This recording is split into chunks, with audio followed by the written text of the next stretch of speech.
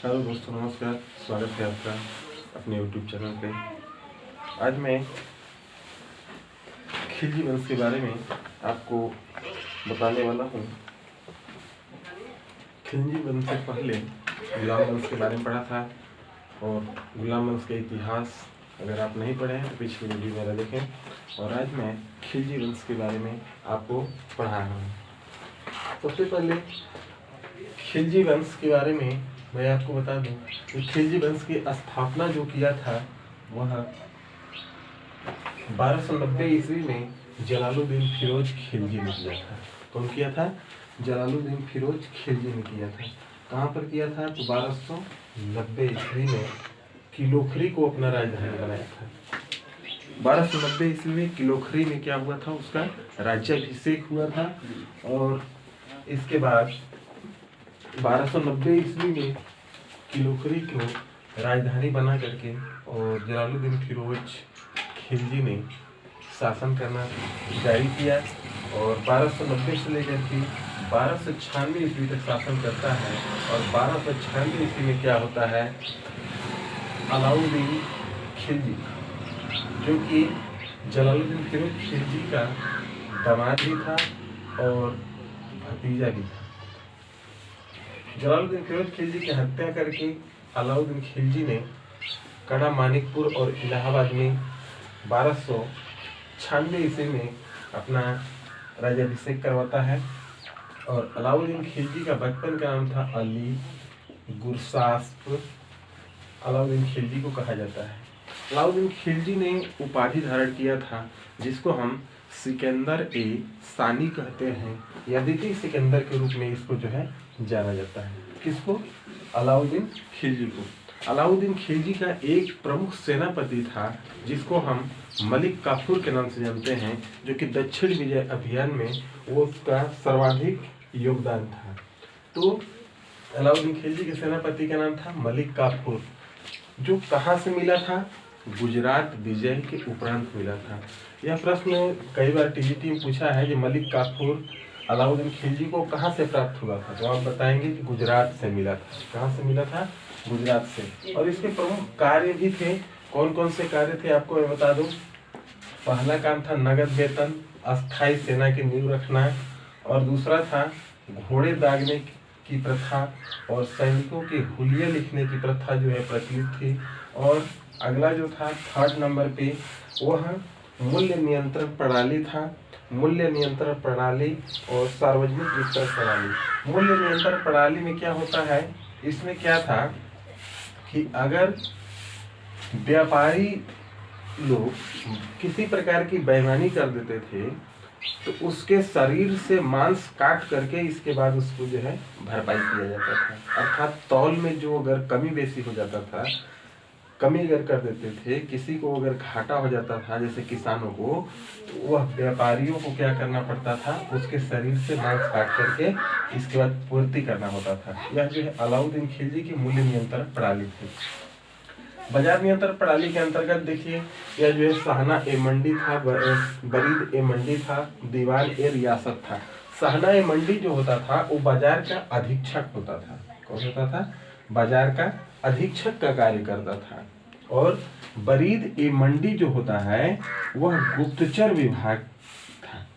मतलब बाजार में घूम घूम करके इसके बाद देखता था कि क्या कमी हो रहा है, क्या बेसी हो रहा है, इस प्रकार के, मतलब वो गुप्तचर था। बरीद ए मंडी क्या था? गुप्तचर था। दीवान ए रियासत क्या था?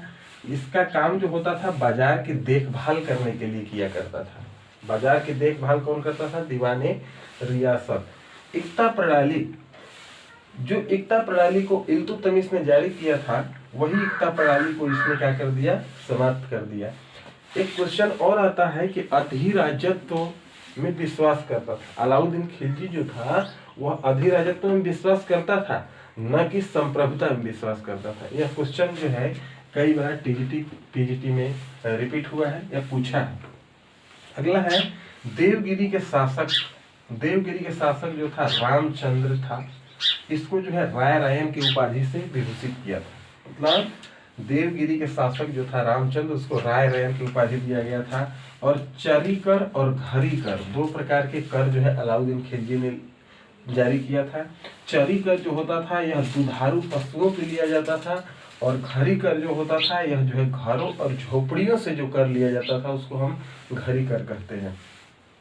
अगला है अलाउद्दीन खिलजी की विजय, अर्थात इसकी उपलब्धियां कुछ थी।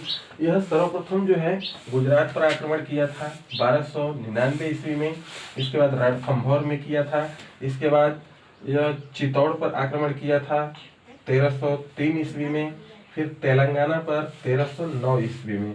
चित्तौड़ जो अभियान था 1303 ईस्वी में जो किया था, चित्तौड़ के राजा जो था रतन सिंह था। राजा कौन था? रतन सिंह था। और वहाँ के सेनापति जो थे, रतन सिंह के सेनापति थे गोरा और बादल।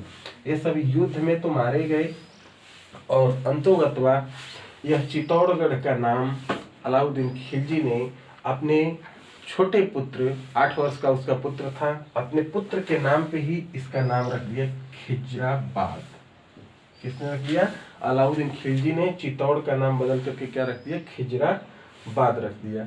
यह क्वेश्चन आपको टीजीटी में आया है कि खिजराबाद किस स्थान का नाम परिवर्तित करके रखा गया है, तो चित्तौड़ के नाम बदल करके। आइए कुछ निर्माण भी है जो कि उपलब्धि है। यह देखिए निर्माण में अलाई दरवाजा है, जमायत खाना मस्जिद है, सिरसिरी का किला है, ये जो है बनवाया गया था। और 5 फरवरी 1316 ईस्वी को अलाउद्दीन खिलजी की मौत हो जाती है, और शहाबुद्दीन उमर जो है एक नवजात शिशु, मतलब इसका अलाउद्दीन खिलजी का बेटा जो था वो थोड़ा नवजात था, मतलब ज़्यादा उतना बड़ा नहीं था, छोटा था। लेकिन मलिक काफूर ने उसकी सहायता से क्या हुआ, मलिक काफूर इसका पूरा जिम्मेदारी निभा रहा था, देख रेख कर रहा था। यह जो है एक नाम मात्र के देख रेख के लिए शहाबुद्दीन को कुछ दिन के लिए गद्दी पे बैठा दिया, लेकिन मुबारक शाह खिलजी ने मलिक काफूर की हत्या कर देते हैं, और इसके बाद जो है मुबारक शाह खिलजी गद्दी पर बैठ जाता है। मुबारक शाह खिलजी जो था वह कभी कभी स्त्री का वेश धारण करके दरबार में जाया करता था, और स्वयं खलीफा घोषित किया था। मोस्ट इंपॉर्टेंट क्वेश्चन है, यह मोस्ट क्वेश्चन है, देख लीजिएगा कि किस शासक ने, खिलजी वंश के किस शासक ने स्वयं को खलीफा घोषित किया था, तो आप कहेंगे मुबारक शाह खिलजी ने। और इसको नग्न स्त्री पुरुष की संगत जो थी वो पसंद था। आइए 2 क्वेश्चन इस यहाँ से भी आते हैं कि अमीर खुसरो और बर्नी से क्वेश्चन आता है। जो अमीर खुसरो और बर्नी पूछा जाता है कि अमीर खुसरो बर्नी से कितने वर्ष बड़े थे, तो यह 32 वर्ष बड़े थे। कितने वर्ष बड़े थे? 32 वर्ष बड़े थे। यह क्वेश्चन पूछा गया है, आप इसको ध्यान दे लीजिएगा। और पूछा जाता है अमीर खुसरो का जन्म कहाँ हुआ था, कब हुआ था, तो 1253 ईस्वी में पटियाली यूपी कासगंज में इनका जन्म हुआ था। और अमीर खुसरो का मूल नाम जो था वह अबुल हसन था। मूल नाम से भी क्वेश्चन आता है, ये किसका मूल नाम अबुल हसन है, तो अमीर खुसरो का या अमीर खुसरो का मूल नाम क्या है, तो अबुल हसन। और बर्नी जो था एमेटी का शासनकाल था, मोहम्मद बिन तुगलक के शासनकाल में था, और फिरोज शाह तुगलक के शासनकाल में था। इसका प्रमुख रचना था तारीख फिरोजशाही, और इसका जन्म जो है 1285-86 ईस्वी में माना जाता है। और इस प्रकार से खिलजी वंश का अंत हो जाता है। और खिलजी वंश में से जहाँ से टीजीटी और पीजीटी के लिए मोस्ट क्वेश्चन उठाता है, वहाँ से मैं आपको ये सारे क्वेश्चन बता चुका हूँ। आप स्क्रीनशॉट ले लीजिएगा और इसका रिवाइज करिएगा। आने वाले नेक्स्ट समय में मैं तुगलक वंश के बारे में इतिहास बताऊंगा। तब तक के लिए टेक केयर, बाय, धन्यवाद।